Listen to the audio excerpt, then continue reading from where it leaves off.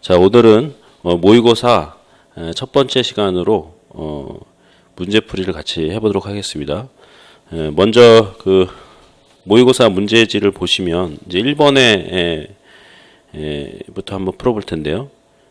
이제 지문을 다 읽지는 않을 거고요. 이제 그 번호 1번에 해당되는 부분만 제가 한번 읽어보겠습니다. 다음은 고등학교 정보 과목의 정보윤리에 해당되는 수업 자료 일부이다. 수업 자료에서 설명하고 있는 내용의 거래에 알맞은 보안 취약점을 쓰시오. 이렇게 돼 있어요.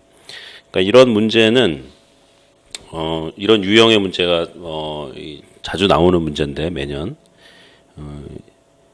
겉으로 보기에는 이제 수업 자료와 관련된 문제를 물어보는 것 같지만 사실상 이제 내용을 보면 보안 취약점이 무엇이냐 이런 걸 물어보는, 그러니까 정보통신윤리 안에 보면은 기본적으로 이 정보 보안하고 관련된 파트가 있죠. 예, 그래서 그런 부분을 물어보는 문제인데 이 부분 같은 경우에는 따로 어떤 뭐 교재에 정리되어 있다기보다는 매년 물어보는 문제가 작년에도 그런 문제가 좀 나왔고 그 전에도 나왔고. 이런 이제 보안하고 관련된 문제는 대부분 이 좀 이슈가 되는 그런 문제가 보통 나오고 있어요. 예. 그래서 이거의 문제를 푸신 분은 아시겠지만 이제 멜트다운이죠. 멜트다운.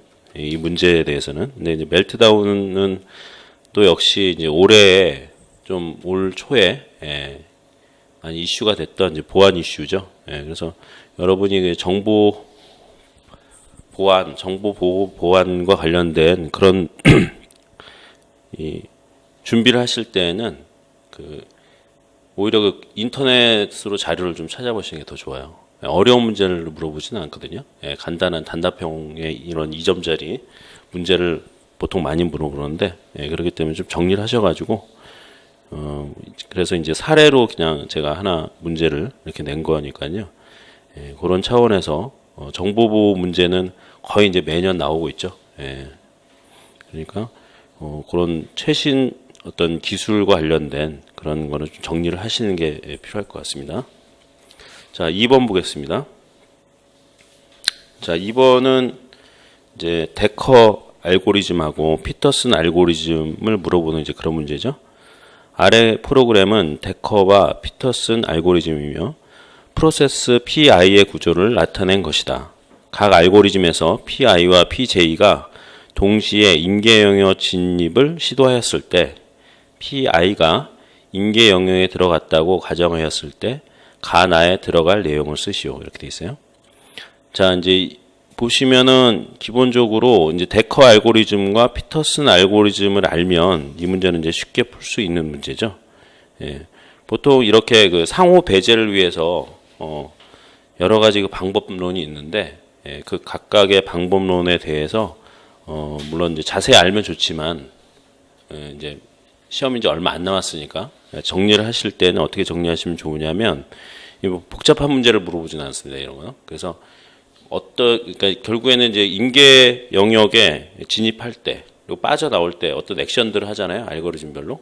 그게 무엇인지를 캐치하셔가지고 그것만 잘 기억을 하시면 비슷한 유형의 문제가 나왔을 때 얼마든지 푸실 수 있을 거라고 생각합니다. 그래서 이제 여기서 물어보는 문제는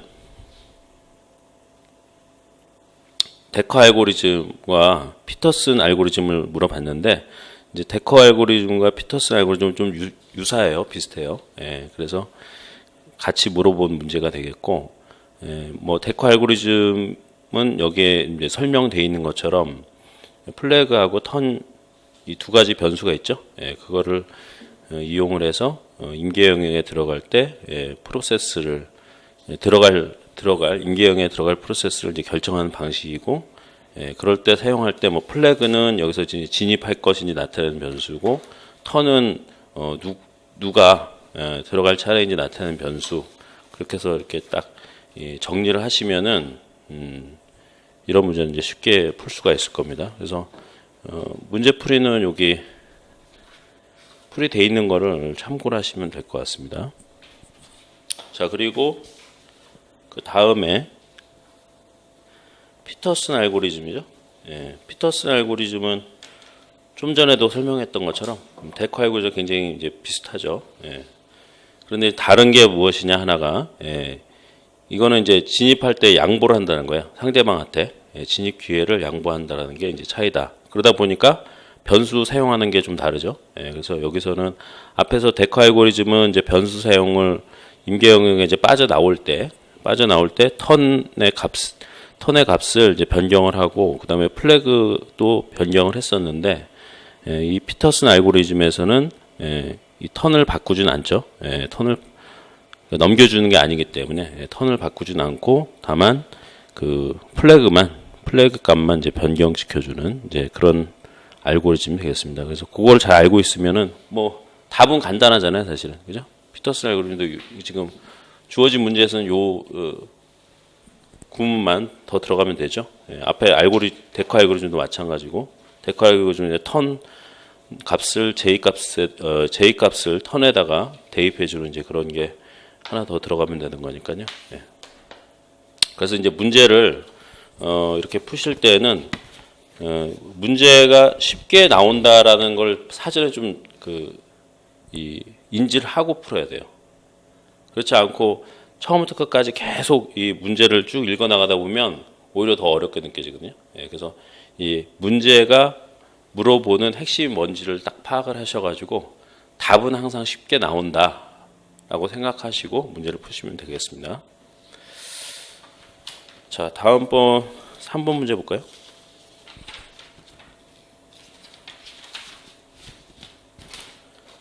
자, 3번 문제도 한번 그 문제만 읽어보겠습니다. 프로세스의 집합을 P, 자원의 집합을 R, 프로세스와 자원과의 연결 간선을 E라고 할 때 자원 할당 그래프가 다음과 같이 표현되었다고 가정할 때 작성 방법에 따라 서술하시오. 뭐 이런 유형의 문제는 굉장히 많이 나오죠. 그래서 뭐 이 프로세스 주어지고 자원 주어지고 그런 거에 이제 연결 관계가 어떻게 되느냐 이제 이걸 물어보는 건데, 이렇게 좀 간단한 문제들은 이제 여기서 물론 제가 4점으로 점수를 주긴 했지만 이것도 좀 쉽게 풀 수 있는 그런 문제가 되겠죠. 그래서 그건 이제 여러분이 따라서 한번 해보시면 될 거예요. 그래서 지금 그림이 약간 위로 갔는데 좀 잘 안 보이죠. 여러분 프린트물은 저기 잘 보일 겁니다. 이게 좀 화면이 깨져가지고 위로 좀 올라갔는데, 거기 보시면은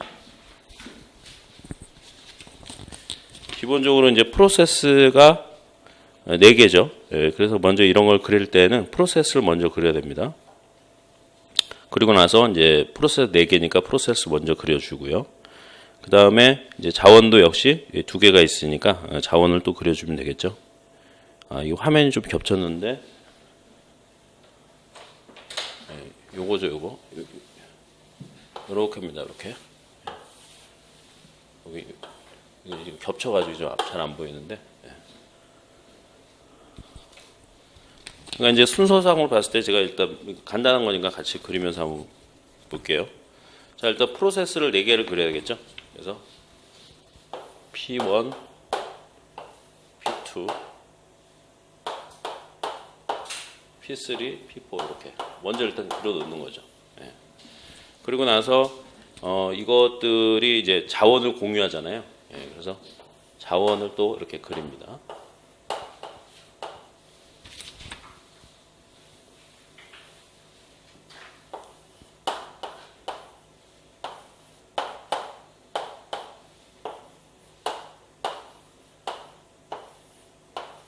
자, 그리고 이제 그 다음에 봐야 될 것은 그 간선이죠, 간선. 2라고 되어 있는 거. 간선을 보시면 되는데, 이제 간선에는 보면 방향이 있는, 방향이 있죠. 간선에 방향이 있습니다. 그래서 그 방향을 보고 그대로 그려주시면 되죠. 그래서 첫 번째 게 이제 P1에서 R1으로 가는 거니까. 그러시고.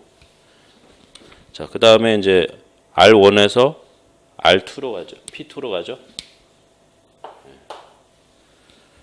자, 그런데 이제 요거는 뭐 다 아시겠지만, 요런 화살표가 의미하는 바가 조금 다르죠. 예, 그래서 프로세스에서 시작돼서 자원으로 연결이 되면 이거는 뭐예요?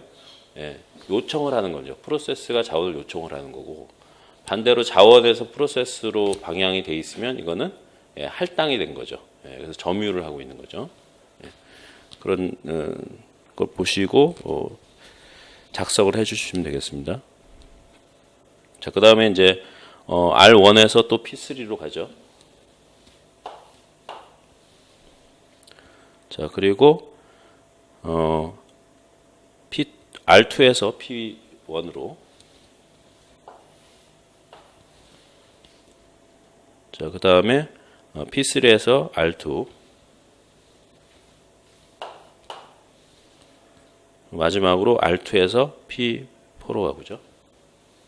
네, 자, 일단 이렇게 하면은 첫 번째 물어보는 문제에 대해서는 답이 된 거죠. 그런데 이제 여기서는 작성 방법을 보면 자원할당 그래프를 그린 게 1번이고, 두 번째는 시스템의 교착 상태가 있는지를 판단해라 이거예요.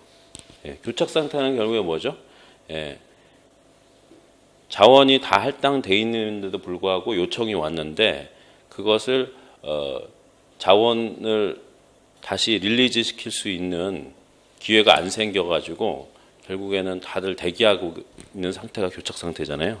그래서 그게 있는지를 보면 되는데, 요거를 볼 때는 기본적으로 뭘 보시면 되냐면 순환이 있는지 그걸 보면 되는 거죠. 그리고 순환이 있다고 하더라도 다른 쪽으로 해서 그 순환이 풀릴 수 있는지 그걸 보면 되겠습니다. 자, 근데 이거는 보니까 순환으로 봤을 때 어떻게 돼요? 고리가 생기는 거야 되는데, 자, 보면은 이쪽에는 없죠. 이쪽에는 없고, 이쪽에도 뭐 지금 특별하게 이렇게 없습니다. 근데 이렇게 되죠, 이렇게는 될 수 있죠. 이런 순환이 생길 수 있어요, 이렇게. 그죠? 그래서 원래는 이게 교착 상태로 볼 수도 있는데, 교착 상태로 볼 수 있죠.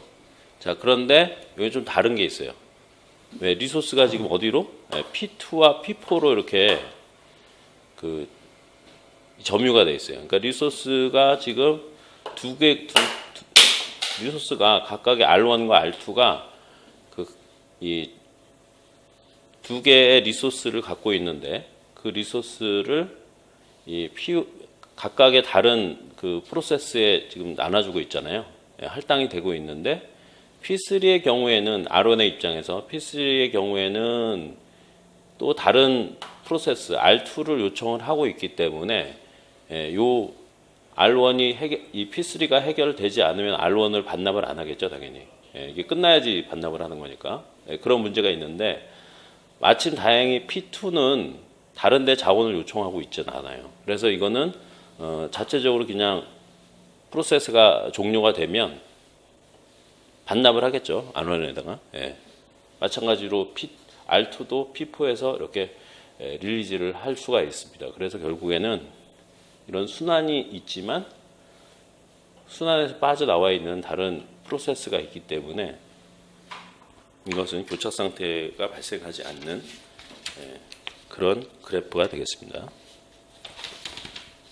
자, 이런 교착 상태와 관련된 문제는 거의 매년 나온다고 해도 과언이 아니에요. 좀 이 문제는 조금 쉽게 출제가 된 거긴 하지만 어떻게든 이 교착 상태와 관련된 문제는 반드시 여러분이 알고 계시는 부분이 되어야 되겠습니다. 자, 다음으로 4번 문제 보겠습니다.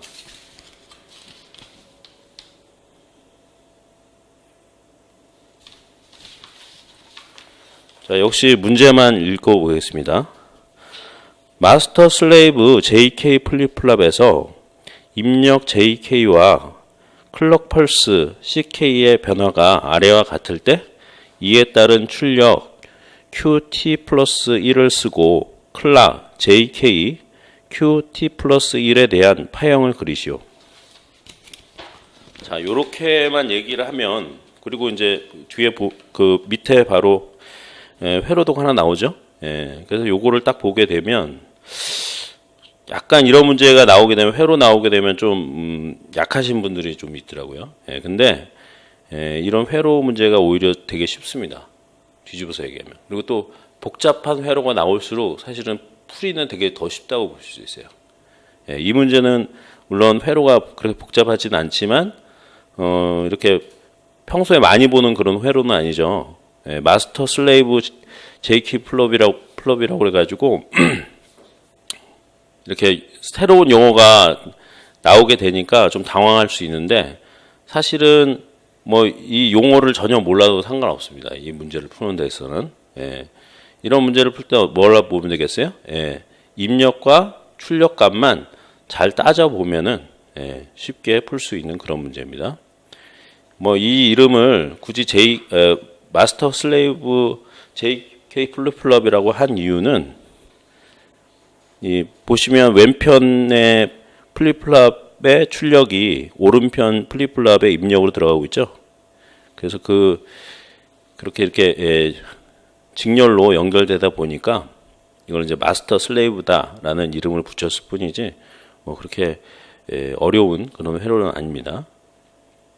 자, 그리고 또 친절하게도 이 문제는 이 JK 플립플롭의 그 상태 해가지고 그 표를 주어주고 있어요. 그래서 이 표를 그냥 대입을 해서 값을 구하라 이런 뜻이잖아요. 그래서 이거 그냥 하나씩 따져 보면은 그렇게 어렵지 않게 하실 수가 있습니다. 그래서 먼저 이거는 뭘 해야 되겠어요? 먼저 해야 되는 것은 QT 플러스 1을 구해야 돼요. 그 값을. 그리고 나서 주어진 문제에서처럼 그 파형을 그리면 되죠. 파형 그리는 건 어렵지 않죠. 그래서 제일 먼저 이런 값을 구해야 되겠죠. 여기 그 Q0일 때, 자 Q0일 때하고 Q1일 때하고 값이 구분이 돼 있잖아요. 그 표에 의하면. 그래서 그 표를 보고 그대로 하시면 됩니다. 그리고 이제 클럭 같은 경우는 항상 여기서 이제 10으로 시작되고 있죠. 그 표에 의하면. 그죠? 표에 의하면 Q0일 때는 클락이 10, 10, 10 이렇게 돼 있고, 그 다음에 Q가 1일 때는 01, 01, 01 이렇게 돼 있어요.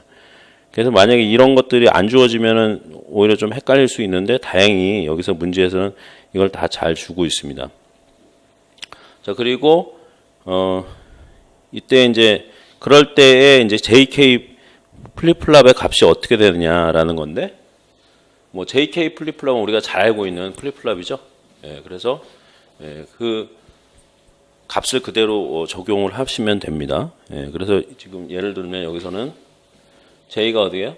J가 지금 0으로 돼 있고, 그 다음에 K가 1로 돼 있는 거잖아요. 여기서까지는. 그 이제 표에 의하면 그렇게 돼 있죠. J가 00, 그러니까 클락이 Q가 0인 상태에서 클락이 10, 그러니까 1이든 0이든 상관없이 JK는 처음에 그 J가 00, K가 11, 그러니까 0과 1의 값을 이제 주어주는 거죠. 입력으로 주어주고, 그거에 대해서 이제 Q 값을 구하는 건데, Q 값에 구하기 전에 먼저 뭘 해야 되느냐? Q 값은 어디에 있냐면, 물론 왼쪽에 있는 JK 플립플롭으로 봤을 때, 그거 하나만을 봤을 때는 Q 값이 렛치 해가지고 그 Q 값 나오는 거 있죠? 그게 값이니까 우리 JK 플립플롭의 표를 가지고 이 값을 넣으면 되겠죠. 그러나 여기서는 여기서 얘기하는 Q라는 것은 그걸 물어보는 게 아니고 이 전체 회로, 마스터 슬레이브 JK 플립플롭의 전체 회로의 Q와 Q 다시 값을 구하는 거죠. 그런 문제다 보니까 여기서 얘기하는 Q0다, Q1이다 하는 부분은 최종적인 출력값을 얘기를 하는 겁니다. 자, 그렇게 해서 값을 대입을 해보면, 자, 왼쪽에 있는 JK 플립플롭의 출력에 해당되는 게 뭐겠어요? MQ라는 게 있죠. MQ. 마스터 Q 뭐 이런 뜻인 것 같아요. 그래서 MQ 값이 나옵니다. 그래서 이 MQ 값을 먼저 구해야지 그게 다음 슬레이브 JK 플립플랍에 입력으로 또 들어가잖아요. 그래서 MQ가 J로 들어가고 그 다음에 MQ 다시가 그 다음에 다시 K로 들어가는 것이기 때문에 그 값을 알고 있어야 되죠. 그래서 여기서는 이제 그 값을 구한 겁니다. 그래서 JK 플립플랍 위에 우리 아는 것처럼 J가 0이고 그 다음에 K가 1일 때 그럴 때 뭐다? 값은 0이다. 이거 우리 잘 알고 있잖아요. 그래서 그걸 대입을 한 겁니다. 예. 자, 그런 식으로 해서 이런 파형을 그릴 수 있고 최종적으로 이 Q라는 건 뭐겠어요? 예, 이거는 QT 플러스 1이죠. 예, 그 값이 이렇게 된다라는 거를 그려주시면 되겠죠. 최종적으로. 예. 그래서 완성하시면 되니까 그렇게 어려운 문제가 아니다라는 걸 알 수가 있습니다. 자, 다음 문제 보겠습니다. 이것도 뭐 쉬운 문제인데요. 10진수 5번입니다. 10진수 마이너스 2.625를 아래 부동소수점 형식으로 나타내시오. 단 바이어스 128을 사용하고 정규하여 나타낸다. 이렇게 했어요. 자, 그런데 이제 문제가 이거 쉬운 문제긴 하는데 쉬운 문제인데 또 이거를 또 경우에 따라 조금 헷갈릴 수도 있죠. 예, 그래서 이건 뭐 그 기본적으로 이 부동소수점 표현하는 거는 문제가 계속 나오고 있어요. 물론 매년 나오진 않는데 좀 띄엄띄엄 나오죠. 잊혀질만 하면 나오고 잊혀질만 하면 나오는 문제이기 때문에 물론 여기는 좀 쉽게 표현한 문제고 하여튼 이 부동소수점과 관련된 문제는 나올 가능성이 항상 있기 때문에 이 형식을 잘 알고 계시면 되겠습니다. 그래서 뭐 요게 이제 기본 형태잖아요. 그죠? 그래서 먼저 어떻게 해야 돼요? 10진수를 2진수로 바꿔야죠. 그리고 나서 기본적으로 부동소수점 표현하는 게 부호와 지수와 가수 이렇게 구분해 가지고 표시되잖아요. 그래서 요게 요 값을 가지고 부호와 지수, 가수로 나눠 가지고 그냥 넣어주면 되죠. 2진수로 만들어 가지고. 이건 어렵지 않게 이거는 여러분이 작성을 할 수 있는 그런 문제가 되겠습니다. 자, 그래서 이제 문제를 푸는 것도 중요하지만 이런 이제 모의고사 문제를 풀면서 어느 부분에서 문제가 자주 나오더라. 제가 이제 문제를 이걸 만들 때도 그런 걸 어느 정도 생각을 하잖아요. 그래서 완전히 새로운 문제보다는 기존에 나왔던 문제를 좀 변형한 문제를 많이 냈기 때문에 여러분이 이런 거 중점적으로 공부를 하시면 되고 특히 지금처럼 이제 시험이 얼마 남지 않았을 때에는 뭔가 새로운 거를 배우시는 것보다는 지금 알고 있는 걸 잘 정리를 해야 되는데 그 알고 있는 것 중에서도 기출 문제 중심으로 해서 나왔던 문제 영역 있죠. 그런 중심으로 해서는 적어도 유사 문제가 나왔을 때는 다 맞을 수 있는 그 정도의 준비는 하셔야 된다라고 말씀드릴 수 있겠습니다. 자, 다음번에 6번 문제 보겠습니다. 이진 트리의 순회 결과가 다음과 같을 때 작성 방법에 따라 서술하시오. 자, 이것도 간단한 문제죠. 문제 자체는 간단해요. 자, 여기 보면은 이제 전위 순회로 해가지고 A부터 시작해서 I까지 쭉 있죠.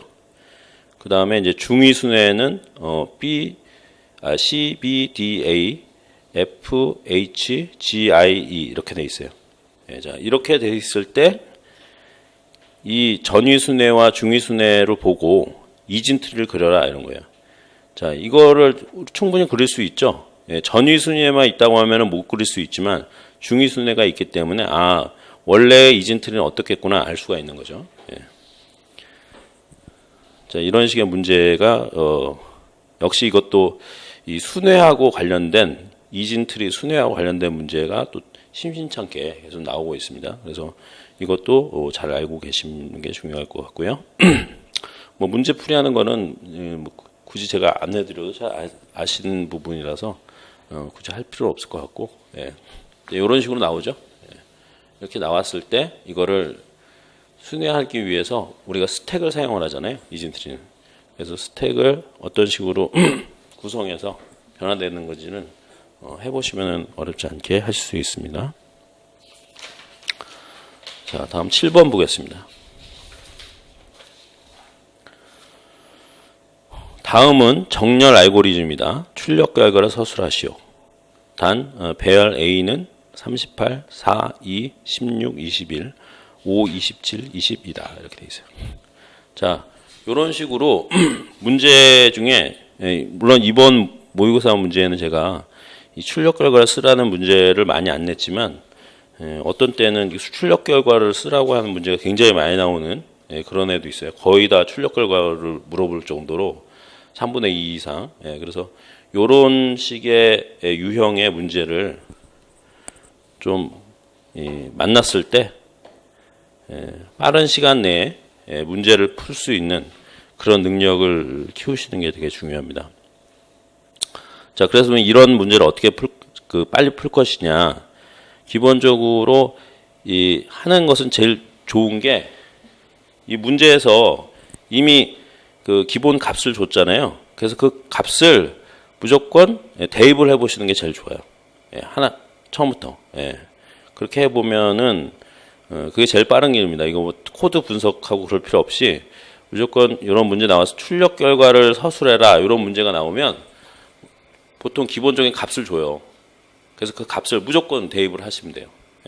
그거 보이는데. 그러니까 여기 같은 경우 이 문제에서는 지금 배열 A잖아요. 그럼 배열 A가 돼 있는 부분만 한번 그 뭐 동그라미 치든 밑줄을 긋든 쭉 하신 다음에 거기다가 따라서 그냥 값을 넣어보시라 이거죠. 그게 지금 이런 문제는 빨리 푸는 게 중요하잖아요. 그래서 이게 이런 식으로 이런 또 문제 출력 결과를 쓰라는 문제는 일단 기본적으로 뭐 소스 코드가 들어가다 보니까 지문 자체가 좀 길잖아요. 그래서 이렇게 지문이 길면은 그 괜히 좀 시선이나 아니면 집중이 분산돼 가지고 빨리빨리 못 풀 가능성이 좀 있는데 그런 거를 줄이시는 방법은 내가 지금 집중해서 봐야 되는 거를 눈에 딱 들어와야 되잖아요. 그러니까 지금 이 문제 같은 경우에는 배열 A를 이용해서 뭔가 출력 결과가 나오기 때문에 이거를 조건을 준단 말이에요. 단 뭐 이렇게. 그러니까 그거를 먼저 표시를 하시라는 거죠. 그 부분을. 그리고 나서 그걸 따라가면서 값을 찾아보시면은 짧은 시간 내에 이 답을 구하실 수가 있습니다. 문제 자체는 이거 어려운 문제는 아니죠. 자, 그 다음에 8번 문제 보겠습니다. 다음은 클래스 C의 IP 주소 형식을 사용하는 네트워크에서 호스트의 IP 주소를 나타낸 것이다. 서브넷 마스크가 255, 255, 255, 224라고 가정할 때 작성 방법에 따라 서술하시오. 자, 이런 문제는 굉장히 많이 나옵니다. 그리고 많이 나오기도 하고 이런 문제는 좀 헷갈리기가 굉장히 쉬워요. 서브넷 마스크는. 그래서 여러분이 그 서브넷 마스크는 그 시험 직전에도 또 한 번 딱 보세요. 어떻게 푸는지를 정확하게. 그렇지 않으면은 조금 시간이 지나면 또 이거 헷갈려요. 그래서 이거는 거의 문제가 나온다고 생각을 하고 나온다고 생각하십시오. 제가 이 모의고사 문제도 그래서 거의 이제 이 서브넷 마스크와 관련된 문제는 거의 냅니다. 항상. 그래서 연습을 많이 하셔야 돼요. 이 시간이 부족해요. 이 서브넷 마스크를 푸는 시간 자체가 시간이 많이 걸려요.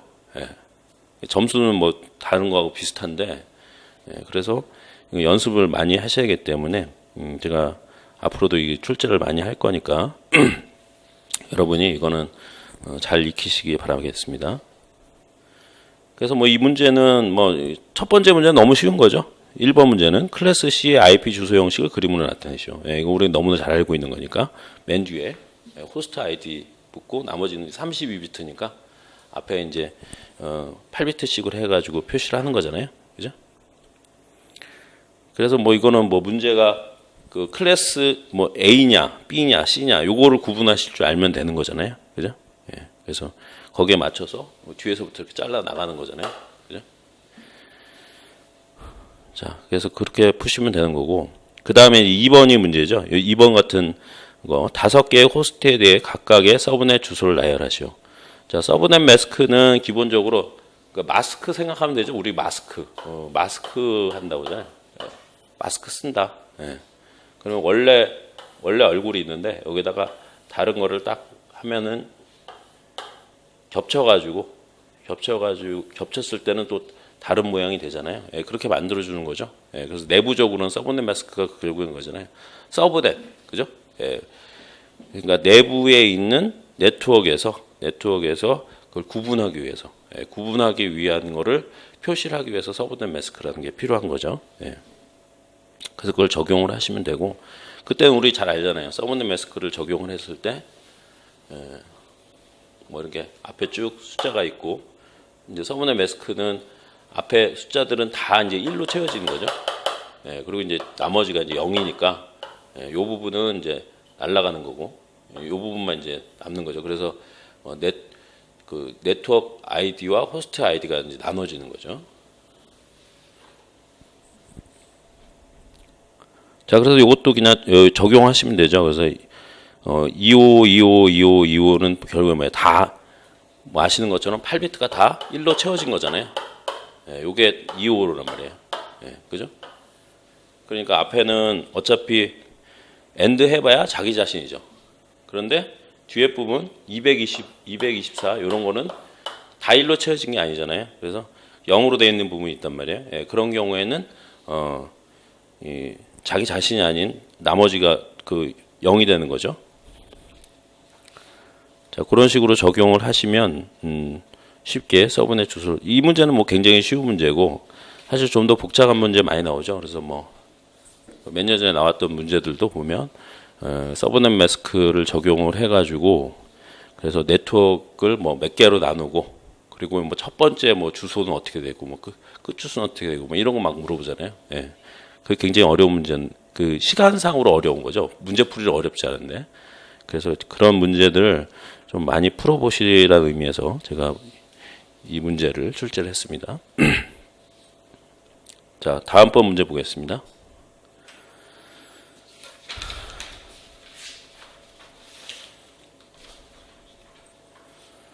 자, 역시 문제만 읽어보겠습니다. 9번. 다음 그림과 같이 투명 브릿지를 사용하여 세 개의 랜을 연결하였다. 아래 조건에 만족하도록 시간 2초와 4초의 프레임을 전송한 후 브릿지 테이블의 값을 쓰시오.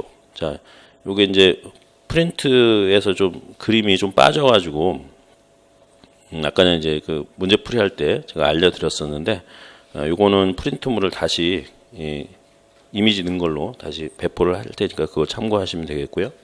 자, 요것도 문제를 뭐 푸는 거 어려운 건 아닌데 여러분 이제 기본적인 그 아이디어만 잘 갖고 있으면 문제풀이 하는 건 어렵지 않습니다. 자, 이게 보면은 자, 그림을 한번 다시 그려볼게요.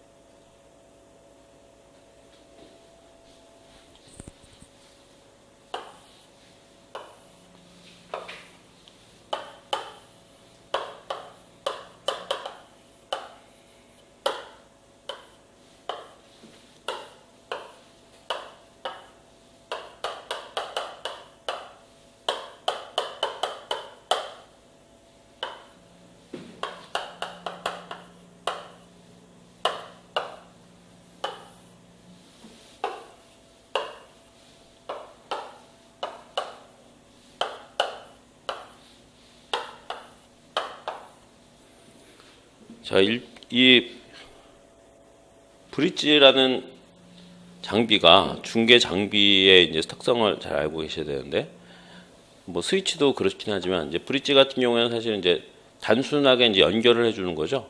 허브는 허브하고는 다르게 허브는 이제 다 동일하게 간다라고 하면 뭔가 연결은 해줘요. 예, 어떤 이제 P2P로 연결을 해주는데, 근데 이제 이때 브릿지 입장에서는 뭐가 있는 거예요? 포트가 있는 거죠. 예, 그래서 포트가 어느 포트에 연결되느냐에 따라서 네트워크를 구분을 합니다. 그래서 지금 랜 1 같은 경우에는 브릿지 포트 1번에 이제 연결이 되어 있고, 그 다음에 랜 2는 브릿지 포트 2번에 이제 연결이 되어 있는 거죠. 예, 랜 3은 마찬가지 그렇게 되어 있는 거고요. 그래서 이런 것들을 잘 알고 뭐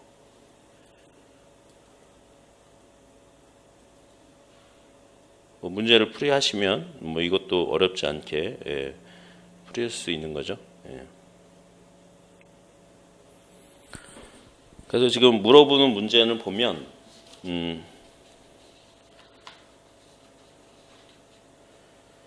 그러니까 시간이 2초일 때하고 그 다음에 4초일 때의 그 두 가지를 이 두 가지 케이스에 대해서 테이블 값이 어떻게 되는지를 적어라 이런 거죠. 그래서 브릿지에는 기본적으로 이제 테이블이 있고, 그 테이블에는 어떤 값이 들어있냐면 이 주소하고 이제 포트가 이렇게 결정이 돼 있죠. 그래서 주소는 뭐겠어요? 주소는 내가 이제 보내려고 하는 이제 그쪽 주소가 되는 거죠. 그래서 이제 여기서는 이제 1, 2, 3에 대한 이제 조건들이 있죠. 예. 그래서 첫 번째 조건에는 이제 브릿지 테이블의 필드의 주소하고 포트가 구성되어 있고, 초기의 브릿지 테이블에는 각 스테이션에는 정보가 없다. 예. 이거는 이제 초기 조건이죠. 예. 자, 그 다음에 그래서 이렇게 사실은 이제 친절하게 이런 거를 설명을 해주는 거예요. 이런 조건들이 사실은 조건이 없어도 원래는 우리가 투명 브릿지를 잘 알고 있기 때문에 풀 수 있는데, 대부분 이런 조건들을 통해서 잘 몰라도 문제는 좀 풀 수 있게 이제 그렇게 만들어 준 거죠. 자, 그 다음에 두 번째, 세 번째가 실제로 조건이죠. 자, 두 번째는 시각 1초에 A에서 F로 프레임을 전송을 했다. 자, 그리고 시각 2초에 F가 A로 응답했다. 그죠? 예, 그게 이제 첫 번째였고. 자, 그 다음에 다음에는 시각 3초에 C가 여기 오타죠. B로 C가 B로 프레임을 전송하고, 시각 4초에서 B가 응답을 했다. 이렇게 되는 거죠. 그래서 지금 여기에는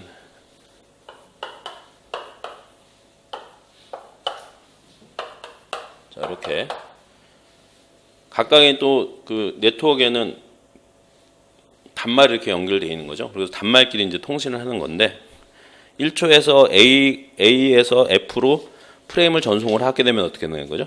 예. 그러면 그게 브릿지에 이제 그 브릿지 테이블에 등록이 됩니다. 그죠? 그래서 1초 지금 근데 문제에서 주어진 거는 2초 상황에서의 브릿지 테이블을 먼저 물어본 거니까 그거에는 뭐가 등록됐어요? 이거 당연히 등록되죠. 그 다음에 두 번째는 시각 2초에 F가 A로 응답하였다. 이것도 역시 2초 상황에서는 이제 등록이 돼 있겠죠. 그래서 지금 각각의 여기까지, 여기 지금 왼편에 있는 게 2초에 해당되는 거잖아요. 그렇게 두 개가 이제 등록이 됐을 거고, 자, 그런 상태에서 포트는 어떻게 해요? 연결되어 있는 걸 얘기를 하는 거죠. 근데 여기서는 어떻게 해요? 처음에 A에서 F로 했어요. A에서 F. 자, 그러면 A에서 F 갈 때 어디로 가야 돼요? 여기로 가는 수밖에 없죠. 브릿지 1로 가는 수밖에 없어요. 다른 거는 길이 없어요. 그래서 그게 등록이 되어 있는 거고. 자, 그 다음에 이 2초 상황에서 F가 A로 다시 응답을 했다고 그랬어요. F가 A로. 근데 역시 F는 갈 수 있는 게 요 길밖에 없잖아요. 그래서 3이 등록된 거죠. 이런 식으로. 자, 그러면 4는 뭐 어렵지 않겠죠, 더. 그렇게 해주시면 됩니다. 그러니까 이렇게 문제를 풀고 나면 굉장히 쉬운데, 이게 또 문제를 이런 유형의 문제를 안 푸는 상태에서 막 다투면 이거 또 어떻게 풀어야지라는 좀 당황스러울 수도 있어요. 사람에 따라서는요. 그죠? 예, 그래서 이런 문제, 예, 요 포트와 관련된 문제 굉장히 많이 나옵니다. 예, 그래서 스위치, 포트, 뭐, 이 라우팅 테이블, 스위칭 테이블, 뭐, 브릿지 테이블 이런 거 있죠? 예. 그런 거는 그냥 그 샘플링을 하나 해가지고, 예, 이렇게 여러분이 노트를 정리하실 때 정의 이런 거는 하지 마세요. 그럼 물어보는 거 없잖아요. 그죠? 그런 건 다 알려줘요. 다 알려주고 어떻게 동작하냐 이거를 물어본다면 다. 그러니까 동작하는 거를 샘플을 하나 해가지고 거기다 노트에다 딱 넣으세요. 아예 숫자 딱 넣어가지고 그게 제일 좋아요.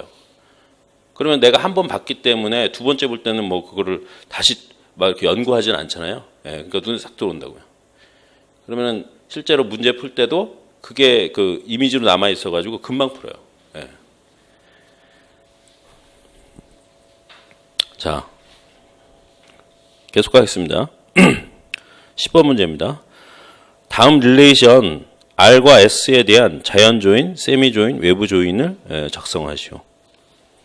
자, 사실 이거는 간단한 문제라서 이런 식으로 좀 잘 나오지는 않는데 제가 이 문제를 넣은 이유는 뭐냐면 여러분이 좀 이거를 헷갈려 하시는 경우가 좀 있더라고요. 예, 그래서 이렇게 이 자연 조인, 세미 조인, 외부 조인 이외에 또 다른 조인들 많잖아요. 예, 그거는 하지 마시라는 건 의미에서 한 거예요. 이 문제는. 예, 더 복잡한 거는 아예 시험 문제 나오질 않아요. 예, 그래서 간단한 것만. 근데 간단한 거는 잘 알고 있어야 돼요, 대신. 예, 정확하게. 예, 그런 의미에서 예, 문제를 넣었으니까요. 이거는 뭐 풀어보시면 되겠습니다. 뭐 풀이 과정은 굳이 안 해도 여러분이 잘 아실 거예요. 자연 조인, 외부 조인, 세미 조인은. 자, 그 다음에 11번 문제 보겠습니다. 자, 트랜잭션에 대해서 검사점과 즉시갱신 기법을 사용할 때 다음 로그를 보고 작성 방법에 따라 기술하시오. 자, 트랜잭션도 문제가 매년은 아니지만 하여튼 지속적으로 나오는 문제입니다. 왜 그러냐면 일단은 문제 내기가 굉장히 좋아요. 이거는 트랜잭션은. 이 답이 뭐 이렇게 좀 애매모호하게 나올 가능성이 없거든요. 정확하게 답이 딱 떨어져 나오고 그리고 문제를 출제를 이렇게 하려면 이제 문제를 만들어내야 되잖아요. 만들어내기가 또 쉬워요. 이런 문제는. 그런데 이것도 역시 앞에서 설명드렸던 것처럼 다른 문제하고 마찬가지로 이것도 사례로 하나 갖다 만들어 놓으세요. 노트에다가. 그래서 그거를 눈에 익히시는 게 제일 뻔합니다.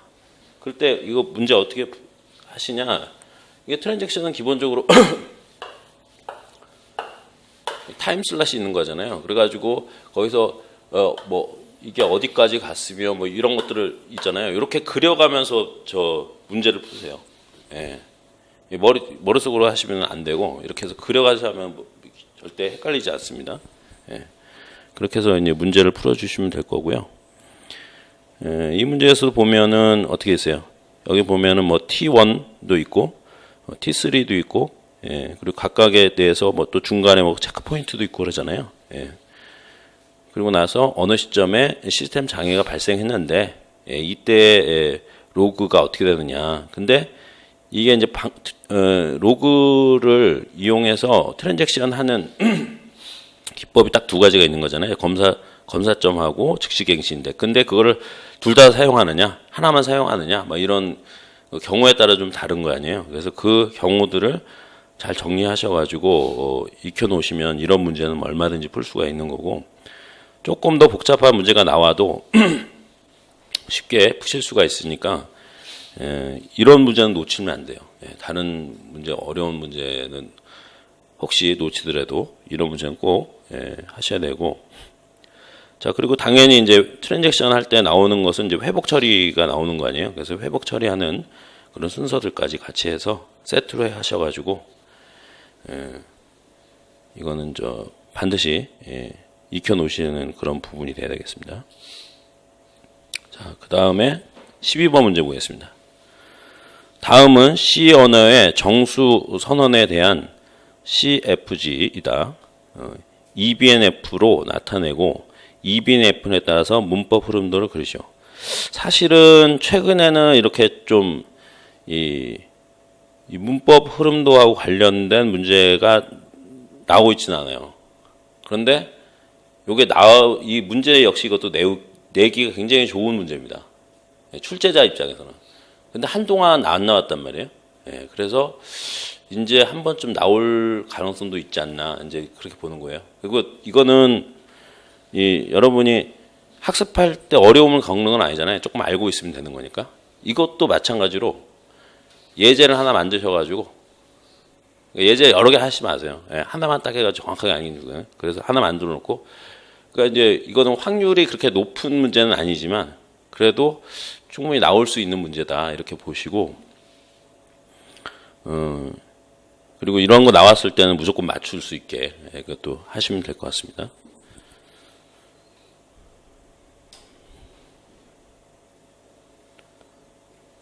이 그림 그리시는 건 아시잖아요, 그죠? 요것만 이제 나오면 요 그림 그리는 건 어렵지 않게 우리가 그릴 수 있단 말이에요. 그래서 그림 그리는 것까지 이렇게 해가지고 꼭 익혀 두실 필요가 있습니다. 다른 것도 보시지 마시고 EBNF 요것만 하세요. 다른 건 잘 안 물어보니까요.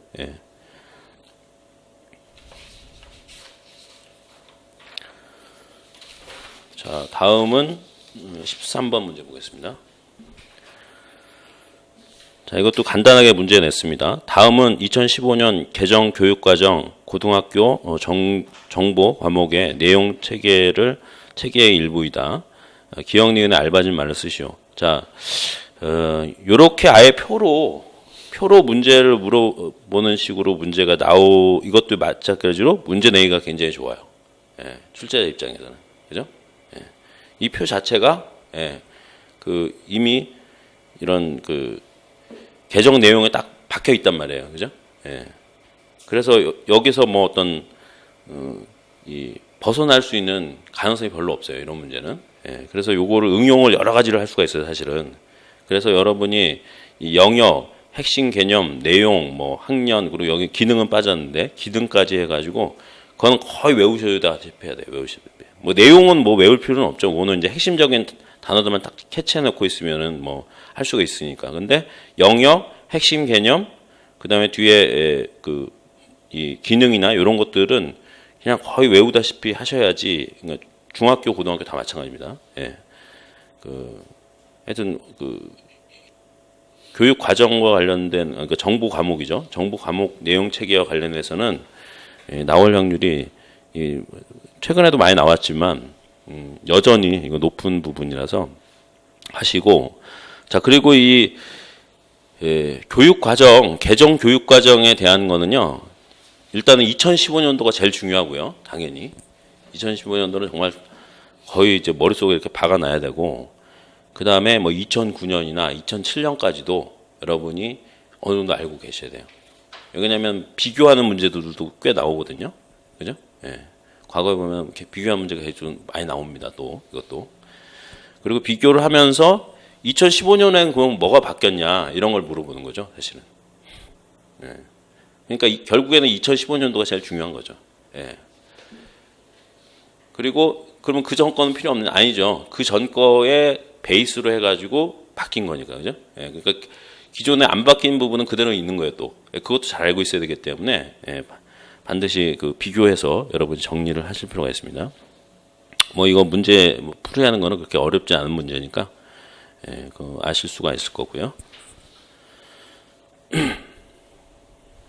자, 그 다음에 14번 문제 보겠습니다. 다음은 중학교 정보 교과의 교수 학습 과정안의 일부이다. 가 들어갈 내용을 쓰고 그에 대해서 설명하시오. 자, 요거는 어떻게 보면은 좀 어렵게 생각하실 수도 있는데 제가 이거를 왜 문제를 냈냐면 적어도 이 정보 교과의 대단원하고 중단원까지는 아셔야 돼요. 거의. 여기는 그게 핵심이거든요. 단원명이죠, 단원명. 단원명이 핵심이에요, 사실은. 그 내용은 여러분 보시면 다 알잖아요. 그죠? 근데 단원명까지는 여러분이 알고 계셔야지 이런 문제를 금방금방 풀 수가 있어요. 예. 그죠? 그럼 이거는 사실은 뭐 답이야. 예, 여기 나온 것처럼 정보 사회의 역기능과 대처 요건데 특히 이제 역기능하고 관련된 거는 시험 문제 여러 차례 나왔습니다. 예, 그리고 앞으로도 나올 것은 굉장히 커요. 사실은 이 정보 사회와 관련해서 이 2015년 개정 내용에도 보면 그런 내용도 굉장히 비중 있게 다뤄진단 말이에요. 그죠? 예, 그래서 결국에는 2015년 개정 교육 과정상에서의 핵심되는 부분들이 모양만 좀 바뀌어서 이렇게 나올 수가 있다는 거죠. 그죠? 예. 그러니까 여기서는 지금 제가 가로넣기를 그 중단원만 했지만 그거를 해놓은 상태에서 여기서도 물어본 게 그럼 그거에 대해서 설명하라든지 아니면 그거에 사례를 쓰라든지 이렇게 예. 그렇게도 나올 수 있거든요. 예. 그러니까 그런 것은 여러분이 좀 보셔가지고 하실 필요가 있고 그래서 이건 학습 과정안을 보여주긴 하지만 물론 이제 뭐 전공 B라든지 아니면 이제 2차 시험에서는 아예 그냥 다 쓰라고도 나오죠. 예, 근데 1차에 전공 A 같은 경우에는 그렇게는 안 나오니까 좀 단답형으로 나오는 거 아니에요? 예. 그러니까 이런 문제를 나왔을 때도 역시 근데 이제 문제는 이런 식으로 나온다 이거죠. 문제는 또 학습 과정안을 이제 딱 넣는 거예요 이렇게. 왜냐하면 전체 정보통신 정보컴퓨터 교육론이라는 그 카테고리에 쭉 있잖아요. 이런 그 학습 과정안도 포함이 돼 있단 말이에요. 근데 그거를 문제를 내기 단답형으로 내기 굉장히 힘들어요 사실은. 그러니까 이런 식으로 좀 변형을 해서 문제가 나오거든요. 그래서 여러분이 캐치하셔야 될 것은 그거를 그냥 너무 우직하게 막 이렇게 하시지 마시고 기출문제 중심으로 하세요 사실은. 기출문제 중심으로 해서 기출문제에서 이런 식으로 나오는구나. 그러면 내가 여기서 이 파트에서 암기하거나 아니면 핵심적으로 알고 있어야 되는 이런 거구나라고 딱 그것만 딱 하시라 이거죠. 그것만. 지금 시간도 없고 시간이 있다고 하더라도 그것만 해야죠 사실은. 왜? 많이 알면 많이 할수록 사실 잘 모르는 거가 되는 거예요. 핵심적인 거를 잘하는 게 더 중요합니다. 더더군다나 지금 타이밍에서는요.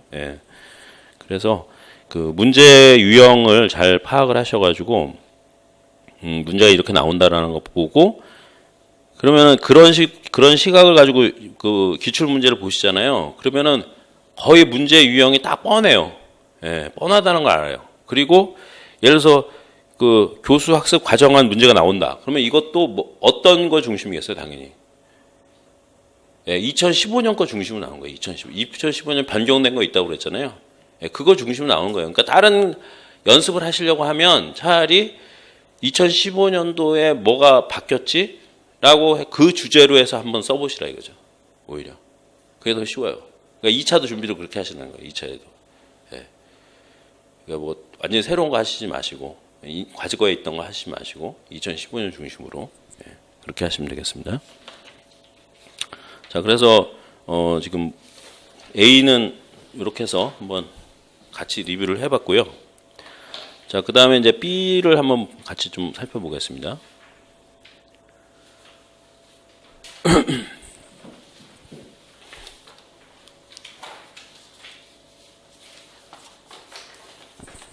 B는 파워포인트를 제가 준비를 안 했는데요. 그냥 이거 같이 보시면 될 것 같아요. 뭐 이게 A하고 B가 그렇게 큰 차이가 안 나기 때문에. 자, 먼저 그 1번 문제 보시면은 1번 문제를 딱 풀이하시면서 딱 느끼신 분이 있었을 거예요. 이거 기출문제 그대로 넣었습니다. 제가 일부러. 왜 그러냐면 전공 A하고 B는 또 성격이 달라요. B야말로 새롭게 뭘 못해요. 거의 유사하게 나옵니다. B는 거의. 그러니까 그럼 바뀌는 부분이 어디냐? 바뀌어야 될 거 아니에요. 바뀌는 부분을 제가 설명을 드리려고 이걸 넣었습니다. 자, 이게 보시면은 일단 제가 문제 읽어볼게요. 가는 교사 A가 중학교 정보 과목 수업을 위해 작성한 단원 지도 계획과 평가 문항이다. 자, 요렇게 문제가 나온 거예요. 왜? 이거를 B에서 물어봐야 되는 거는 뭔가 이제 서술 및 논술형으로 나온 거예요, 사실은. 이걸 문제를 그 어떤 이제 가이드라인이 있거든요. 예, 가이드라인인데 그런 식으로 내야 된단 말이에요. 근데 아시겠지만 이런 뭐 지도 계획, 평가 문항 이런 거를 이렇게 직접 쓰라고 하는 건 시간상으로 말이 안 되잖아요. 90분 동안 뭐 문제를 다 풀어야 되는데 그래서 그렇게는 안 나오고 그런데 이것도 굉장히 중요한 항목이니까 그걸 넣긴 넣어야 된단 말이에요. 그러니까 이런 식으로 지문을 딱 주는 거예요. 지문을. 예. 그러면은 어떻게 우리는 이 공부를 하면 되겠어요?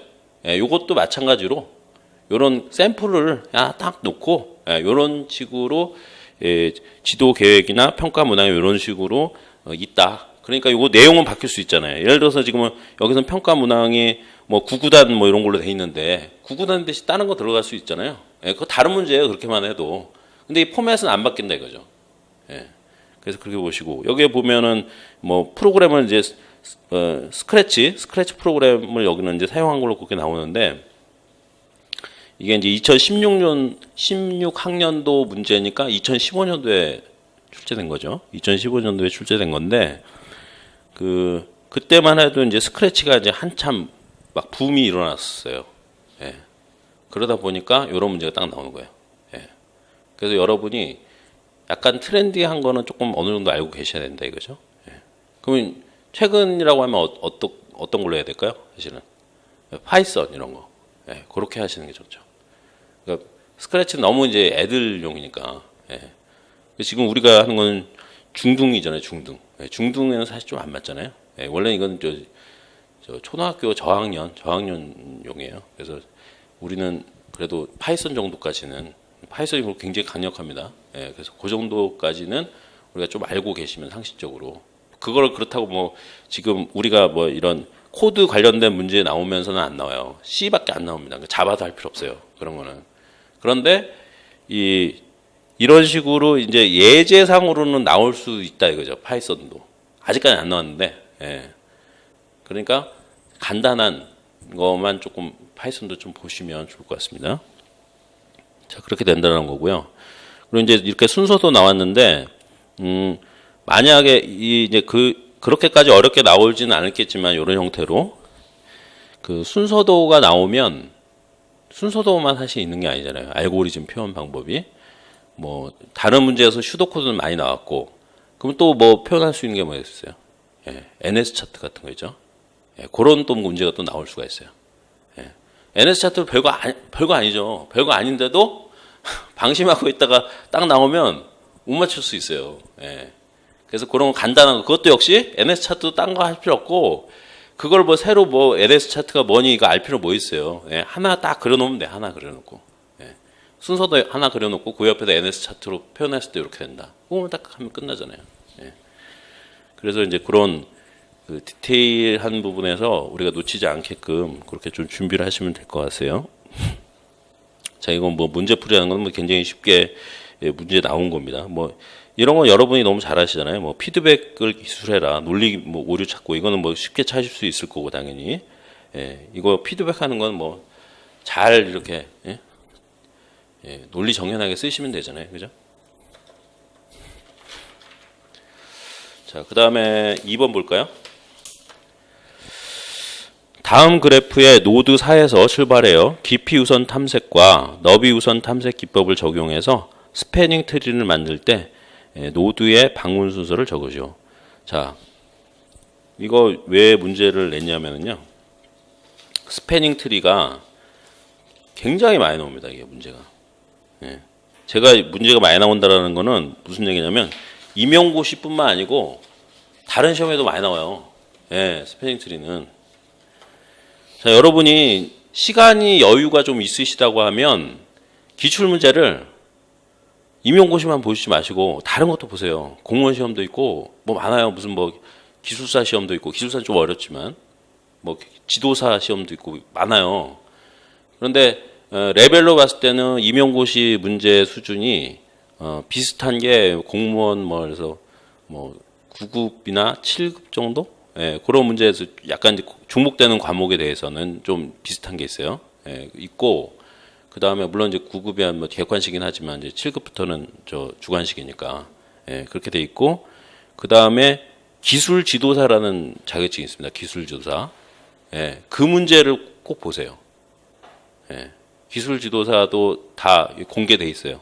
예, 기출 문제가 다 공개돼 있으니까 그거 보세요. 굉장히 유사합니다. 시험 문제가.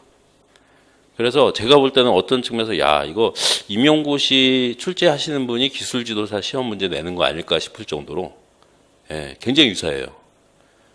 그래서 이제 올해 같은 경우에도 한 2달 전인가 기술지도사 시험이 있었어요. 거기에 이제 정보 처리 과목.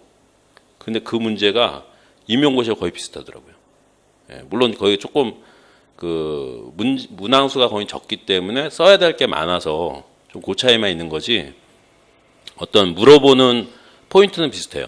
예, 그래서 그걸 한번 보시는데 거기에 이런 문제가 많이 납니다. 스패닝 트리 같은 거. 예, 그래서 이것도 예, 주의 있게 보시라고 이제 넣어드린 거고요. 뭐 우리 너무 잘 알잖아요. 뭐 깊이 우선 탐색이나 너비 우선 탐색은 너무나 잘하는 거니까. 그건 제가 굳이 설명을 안 드려도 충분히 할 수 있는. 그러니까 문제 자체는 제가 그래서 일부러 쉽게 낸 거예요. 다만 스패닝 트리가 문제에 많이 나온다. 이런 거를 좀 심어 드리려고 문제를 넣은 거고요. 자, 3번 보겠습니다. 3번은 힙에 대해서 아래에 주어진 자료를 이용하여 작성 방법에 서술하시오. 힙도 굉장히 문제 많이 나오는 거예요. 뭐 최소 힙, 최대 힙 둘 다 있는데 여러분은 그냥 최대 힙만 보시면 됩니다. 최소 힙은 거의 사용하는 케이스가 별로 없어요. 실제로 그 최대 힙은 적용하는 케이스가 많이 있거든요. 뭐 디렉토리 구조 만들 때 되고 쓰기도 하고 하기 때문에 최대 힙만 알고 계시면 되고 그리고 이때의 그 뭐 삭제할 때 어떻게 되고 삽입할 때 어떻게 되고 그런 건 잘 아셔야 되겠죠. 그러니까 최대 힙 만드는 방법. 그리고 만들어지는 데서 거기 또 새롭게 삭제하거나 삽입할 때 어떻게 변환하는지 이런 거는 기본적으로 다 알고 계셔야 된다는 거죠. 이것도 역시 예제를 가지고 항상 예제를 가지고 정리를 하세요. 이게 최대 힙이 뭐다 이런 거를 자꾸 외우시지 마시고 그거는 아무 쓸모 없습니다. 그런 거 안 물어봐요. 오히려 설명을 해요. 최대 힙이 이런 거다 설명해주고 그런데 이거를 가지고 최대 힙을 만든다고 했을 때 어떻게 이제 한번 그려봐라 이런 거 하란 말이에요. 그린 거 잘 하시면 돼요. 그리는 거. 그리고 오히려 지금 하셔야 되는 것은 좀 알고리즘을 다양한 거를 좀 알고 계시는 게 좋아요. 알고리즘 부분 같은 경우에는 자, 왜 제가 이제 알고리즘 문제를 많이 넣었어요. 제가 알고리즘의 자료 구조 이유가 있어요. 2015년 개정 내용 아시잖아요. 뭐가 강화됐어요? 컴퓨팅 사고 아시잖아요. 컴퓨터 사고. 그럼 뭐 추상화, 알고리즘 그게 핵심이잖아요. 그러면 그게 개정되면서 강조가 확 됐단 말이에요. 그럼 당연히 그거에서 교사가 잘 알고 있어야 되잖아요. 그죠? 문제가 많이 나올 수밖에 없는 거예요, 사실은. 그래서 트렌드가 좀 있어요. 과거에는 하드웨어 중심으로 이제 문제가 많이 나왔다고 하면 지금은 소프트웨어 중심으로. 그리고 이제 한동안은 또 네트워크도 많이 나왔거든요. 근데 지금은 조금 뭐 지금 인터넷 안 쓰는 사람 없고 이미 다 무선으로 다 넘어갔는데 뭐 그것 많이 물어볼 건 없잖아요. 그렇지만 이제 간단한 거는 계속 물어보죠, 당연히. 그런데 지금 오히려 강조되는 것은 이제 알고리즘이다, 제가 볼 때는. 그래서 알고리즘 종류가 우리가 알고 있는 것보다 훨씬 많이 있어요. 근데 너무너무 멀리까지 갈 필요는 없는데 간단한 것들은 알고 계셔가지고 이렇게 그리는 걸 잘 그리시면 돼요. 그러면 점수가 높고요. 제가 다음번 모의고사에도 또 그런 문제 낼 겁니다. 이제 모의고사 새로 낼 때마다 새로운 새로운 알고리즘이나 자료 구조에 해당되는 걸 이렇게 하나씩 넣을 텐데 좀 이렇게 빈도수 높은 걸로요. 하여튼 그거를 마찬가지 이것도 예제를 딱 하나 해가지고 그렇게 해서 그냥 익히세요. 용어는 전혀 알 필요 없어요. 이게 무슨 의미인지 힙이 무슨 뜻인지 알 필요는 뭐 있어요, 사실. 그죠? 그 적용을 어떻게 하는지를 알고 있는 게 제일 중요합니다. 자, 그 다음에 4번 문제 볼게요. 다음 C 언어의 프로그램에서 기억, 니은, 디귿의 실행 결과를 내용하시오. 자, 마찬가지로 이렇게 뭐 실행 결과, 출력 결과 이런 문제 많이 나온다고 그랬죠? 그래서 이것도 넣습니다. 이건 뭐 너무 간단한 거기 때문에 뭐 쉽게 풀 수 있죠. 여기서 이제 핵심은 뭐겠어요? 이제 프린트 F의 포맷이 어떠냐에 따라서 출력표가 달라지더라. 뭐 이런 걸 물어본 건데 요거는 좀 이제 뭐 제가 점수 주는 문제로 해서 이제 하나 넣은 거고요. 자.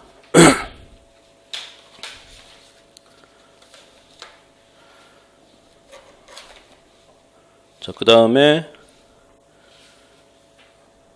5번 보겠습니다. 다음 값을 구하는 프로그램을 반복문을 사용하여 C 언어로 작성하시오. 그리고 순환문을 사용해서 C 언어로 작성하시오. 자, 이것도 아주 쉬운 문제죠. 네, 팩토리얼이죠, 팩토리얼. 우리 너무 잘 알고 있는. 자, 이것도 넣은 이유가 있어요. 우리한테 너무너무 잘 알려져 있는 이런 알고리즘이나 이런 게 있단 말이에요. 그거를 가지고 뭔가를 이렇게 하시라는 거예요. 예. 그건 기본적으로. 왜 이 얘기를 하느냐? 문제를 내는 사람이 그렇게 문제를 내요. 왜? 시간이 없잖아요, 시간이. 예? 90분 동안 8문제, 14문제를 풀어야 되는데, 막 복잡하고 새로운 걸 하면 어떻게 풀겠어요? 그죠? 다 아는 거. 기본적인 논리는 다 아는 상태에서 그거를 기계적으로 풀 수 있는, 시간 안에 풀 수 있는 그런 문제를 낸다 이거죠. 예. 그러니까 뭐 팩토리얼 너무 잘 알잖아요, 우리. 예. 그러니까 그거를 뭐 물어보는 문제. 물론 이것도 좀 쉽게 낸 겁니다. 뭐 반복문이냐, 뭐 순환문이냐, 이거 우리가 아는 것이니까. 자, 그렇게 해서 그렇게 준비하시라는 거고, 예, 그런 준비가 되게 중요해요. 왜 그러냐면, 자, 보세요. 이거 유사한 문제가 어디 영역인지 보겠습니다. 자료구조 관련된 거죠. 그러니까 다 이런 식으로 나와요. 자료구조도 그렇고, 자료구조, 알고리즘 또 뭐가 있어요? 컴퓨터 프로그래밍. 이 세 과목이 다 이런 식으로 나와요. 세 과목이. 그럼 세 과목의 비중이 얼마 정도 되느냐? 세 과목 합치면 보통 14문제에서 한 5, 6문제 나와요. 엄청나게 묶은 거죠. 많이 나오면 한 6문제 나오고 좀 적게 나와도 4문제는 나와요. 그게 따로따로 다른 과목인 걸로 우리가 생각하니까 이거 뭐 과목도 한 문제 나오네, 2문제 나오는데 그렇게 하는데 아니에요. 이게 같이 묶여서 나오는 거라고요. 시험 문제 자체가. 딱 떨어져서 나오는 문제가 별로 없어요. 그래서 이렇게 우리한테 잘 알려져 있는 알고리즘은 우리가 그냥 머릿속에 그냥 이런 문제 나오면 그냥 막 바로바로 쓸 수 있게 예제 중심으로 하시라는 거예요. 시험 준비를. 그러면 그 많은 거를 짧은 시간 동안 어떻게 하냐? 몇 개 안 돼요, 사실 몇 개 안 돼요. 우리한테 잘 뭐 하노이탑 뭐 이런 거 있잖아요. 피보나치 뭐 이런 거잖아요. 그 바로 6번 문제도 그거잖아요. 예, 그래서 제가 또 넣은 겁니다. 6번 바로 보겠습니다. 다음은 재규 함수를 사용하여 피보나치 수를 계산하는 프로그램의 일부다. 작성 방법에 따라 서술하죠. 그죠? 그래서 뭐 이렇게 나올 수 있다는 거예요. 그래서 뭐 지금 이거는 5점짜리 문제로 해가지고 그 부분 문제식으로 해서 1, 2, 3 이렇게 있잖아요. 예, 이렇게 문제를 낸다 이거죠. 예, 얼마나 이게 문제 내기가 쉬워요. 이런 거는 문제 내는 사람 자체가 그죠? 예. 그러면서 복합적인 걸 물어보는 거거든요. 재규함수도 물어보는 거지만 그 재규함수 안에서도 이런 이제 뭐 피보나치라든지 이런 걸 가지고 여러분이 그 재규함수를 정리를 하시라는 거예요. 다른 걸로 정리하시지 말고 우리 잘 알고 있는 거, 그죠? 절대로 시험 문제 내는 사람이 새로운 알고리즘 절대 안 내요. 예. 여러분이 기출 문제 한 푸실 때 아마 인터넷 검색해 보시면 아셨을 거예요. 똑같습니다, 예제가. 인터넷에 다 있는 예제예요, 그냥. 예. 새로운 예제 전혀 없어요. 예. 그래서 그렇게 준비를 하시라는 거고, 자, 이것도 뭐 문제풀이 방법은 그렇게 어렵지 않으니까 여러분이 충분히 할 수 있을 거고, 예, 물론 이제 해답은 모범 답안은 제가 공유해 드리겠습니다. 자, 그 다음에 이제 7번 보겠습니다. 이진 데이터가 전송될 때 각 데이터 비트가 불연속적인 전압 펄스열인 신호 요소로 부호화된다. 입력 데이터 0, 1 쭉쭉쭉 이렇게 해서 이것을 NRG-L과 바이폴러 AMI 형태로 나타내죠. 자, 요거는 문제를 낸 이유가 있습니다. 사실 요렇게는 최근에 안 나와요. 과거에 나왔어요. 과거에 몇 차례 나오다가 최근에 안 나오고 있어요. 근데 요런 거를 조심하세요. 요런 거. 야, 이거 과거에 좀 나오고 지금 안 나오네. 그러니까 안 나오네. 아니에요. 문제를 내는 사람 입장에서는 유혹을 느낀다니까. 요거를 내고 싶은. 한참 동안 안 냈지. 근데 과거에 냈다는 얘기는 중요하다는 얘기예요. 그런데 이 문제가 다른 것보다 더 중요하지는 않아요, 사실은. 그러나 문제를 내다가 한 10% 정도 내가 90%는 문제를 만들었어요. 근데 10% 정도의 이제 그 내야 될 여유가 생겼단 말이에요. 그랬을 땐 이런 거 내는 거예요. 확률은 적지만 과거에 나왔던. 그렇다고 그러면 이게 뭐 신호의 부호화가 돼서 그거 다 공부하시라는 게 아니에요. 딱 요것만 하시라는 거예요. 요거. 그 부호화하는 거 몇 개 있잖아요. 그거 뭐 4-5개 있잖아요. 예, 그거 그냥 어떻게 하는지 그냥 이것도 그리는 거잖아요. 그죠? 예, 그것만 아시면 돼요. 더 이상 나오지 않습니다. 절대로. 왜? 한 문제 푸는데 주어지는 시간이 제한되어 있는데 어떻게 그걸 막 해요. 예, 그런 건 안 나오니까 요거로 또 정리를 해주시면 되고, 이거 뭐 파형 그리는 거는 제가 굳이 안 해도 여러분이 이거는 뭐 금방 하실 수가 있고, 지금 신호의 부호와 관련해서 여태까지 안 보셨던 분들은 이번 기회에 정리를 하셔가지고 꼭 보십시오. 역시 이것도 무한다운 제가 공유해 드릴 테니까 보시면 되고요. 자, 그리고 마지막 문제인데 8번 문제. 자, 이 문제 역시도 기출 문제입니다, 사실은. 예. 이거 작년 문제인가 그렇죠? 예. 이거를 낸 이유가 있어요, 이것도 요런 포맷으로 거의 나옵니다. 바뀌지 않아요. 1번과 B, 전공 B는 1번과 8번이 똑같아요, 매년. 매년 똑같아요. 예. 그 안에 어느 부분만 살짝 바꿔가지고 이렇게 나온단 말이에요. 예. 그래서 연습을 계속 하시라는 거예요. 예. 그러니까 제가 이번 첫 번째기 때문에 이번에는 기출문제를 일부러 넣어서 예시를 보여드린 거고, 다음번에는 요걸 가지고 제가 살짝 변형시켜서 계속 연속해서 나갈 겁니다. 예, 그래서 이거는 보시면 되고, 자, 근데 요거는 조금 살펴볼 필요가 있어요. 이거 어떤 식으로 나오는지는. 그래서 제가 같이 좀 보겠습니다. 자, 가는 2015 개정 교육과정에 따른 초중등학교 교육과정 총론의 일부이고, 나는 2015 개정 교육과정에 따른 정복과 교육과정의 일부이다. 작성 방법에 따라 논하시오. 굉장히 좋은 문제예요, 이 문제는. 예. 왜 좋으냐면 뭐라고 그러죠? 결국에는 이제 이 문제 자체는 정보 컴퓨터 교육론을 물어보는 건데 그 뿌리는 결국에는 교육에서 온 거잖아요. 교육론에서 온 거잖아요. 그래서 그거를 같이 물어보는 아주 좋은 문제는 거죠. 결론적으로는 정복과 교과 과정을 물어보는 거지만 그 전에 전체 교육과정 총론을 한번 이제 거쳐서 나오는 거란 말이에요. 이게. 그래서 복합적으로. 그리고 이런 문제 나왔을 때 그러면 어떻게 하느냐? 풀 때는 좋은 문제긴 한데 뭐 우리가 풀어서 잘 점수 나와야 되잖아요. 위에를 보지 마세요.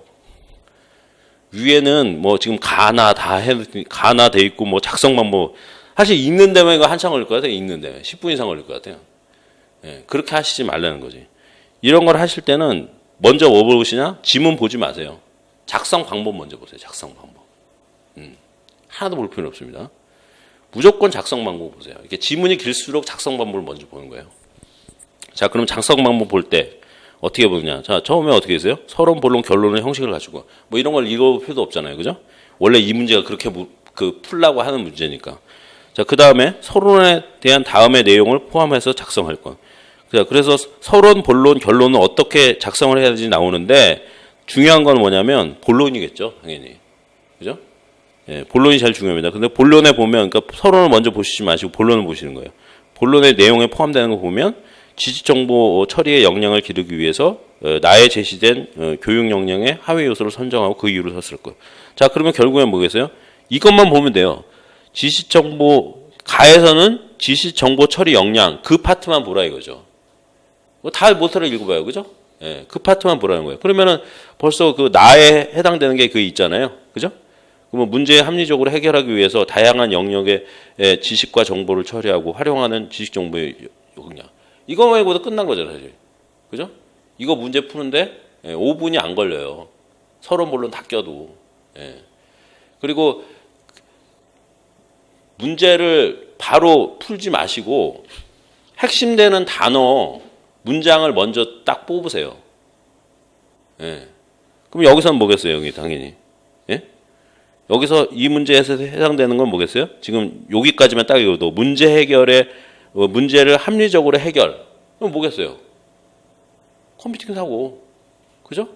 네, 그게 핵심인 거예요, 여기서. 그 얘기를 하는데 앞뒤에다가 막 붙이는 거예요. 그러면 뭐겠어요? 앞에는 서론에 뭔가 넣으라고 그랬잖아요. 서론 볼게요.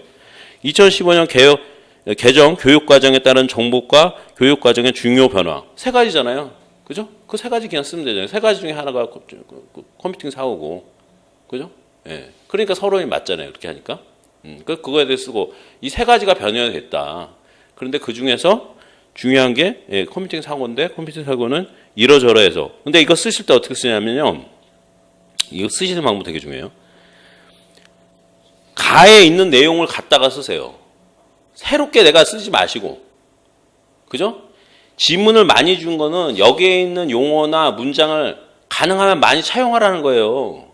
얼마나 이거는 점수 따기 좋은 문제예요. 쓸 일이 많잖아요. 이거 내가 머릿속에 없어도 여기 있는 거 그냥 보고 쓰는 거예요.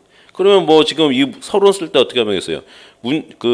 본론 쓸 때, 문제의 합리적인 해결을 위해서 다양한 영역의 지식과 정보를 처리해, 이런 식으로 역량을 기르기 위해서 벌써 그 앞에만 해도 한참 쓸 수 있잖아요. 그죠? 그렇게 문장을 만드시는 거예요. 가에서 지문 뽑고, 나에서 지문 뽑고. 그죠? 그러면 내가 사실 쓰는 거는 별로 없어요. 결론적으로는. 결론은 내가 써야죠, 물론. 결론은.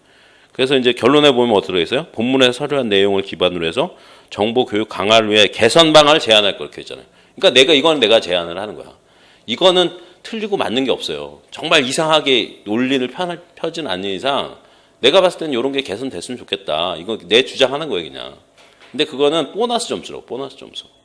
이 사람이 논리성을 갖고 있느냐. 근데 사실 점수로 다 끝나는 이 본론을 어떻게 쓰느냐. 아까 얘기했잖아요. 컴퓨팅 사고. 그걸 중심으로 썼느냐, 안 했느냐. 그거 보는 거예요. 예. 그 내용 쓰시면 된다. 이거죠. 그 답이 이미 다 있는 거예요, 이거는. 이 안에. 제가 했잖아요. 지문이 길수록 그 안에 다 답이 있다. 예. 그러니까 이건 얼마든지 바꿀 수 있다는 거예요. 제가 얘기하는 거예요. 이런 문제를 낼 때는 교육과정 나오면서 여기서는 뭘 물어본 거예요? 컴퓨팅 사고 났다면 아까 이제 그 세 가지 있다고 그랬잖아요. 그 세 가지 중에 또 다른 걸로 변경해서 또 나올 수 있겠죠. 변형해서. 그죠? 예.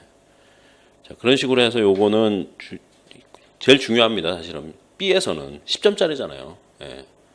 예. 그래서 이런 식의 대비도 꼭 하시기 바랍니다. 이게 너무 단답형이나 아니면 가로채고 넣기만 너무 연습하시지 마시고 요것도 이건 또 써봐야 되잖아요. 써볼수록 늘잖아요. 그래서 쓰는 요령은 아까 말씀드린 거죠. 위에 있는 지문을 충분히 활용해라. 가지문, 나지문 다 활용하라 이거예요. 그러다 보면은 일단은 내용도 많아지고 그리고 거기서 그거를 틀리다고 할 수가 없어요. 왜 이미 법에서 정해놓은 거를 내가 썼는데 문장이 조금 어색하더라도 틀리다고 할 수 없다니까요. 핵심적인 단어 들어가 있고 그리고 위에 지문에서 따가지고 그걸 그대로 해놓고 그렇게 하시라는 거죠. 자, 그렇게 해서 오늘은 이렇게 첫 번째 모의고사 문제 풀이하는 시간이었는데 이 첫 번째는 우리도 사실 연습이라고 생각을 하고 이제 모의고사를 계속 반복을 해나가면서 이제 거의 유형은 비슷하게 나갈 거예요. 나가는데 이거를 뭐 문제를 몇 번 더 풀어보느냐 그런 의미보다는 문제 하나하나 풀 때 뭐라고 그러죠? 이 속도를 올릴 수 있는 기계적으로 나올 수 있는 그죠? 당황하지 않고 그런 연습이 되게 필요한 거죠. 그래서 많이 푸셔야 돼요. 그러니까 새로운 유형을 푸시지 마시고 동일한 아니면 비슷한 유형을 계속 많이 푸세요. 그게 핵심이에요. 사실은. 그리고 안 벗어난다니까요. 벗어날 것 같지 안 그래요. 기출 문제를 많이 풀어보신 분은 잘 아실 거예요. 이거를 제가 얘기하는 거 뭐 어떤 의미인지. 자, 그렇게 해서 준비를 하시고 다음 시간에 또 찾아뵙도록 하겠습니다. 수고하셨습니다.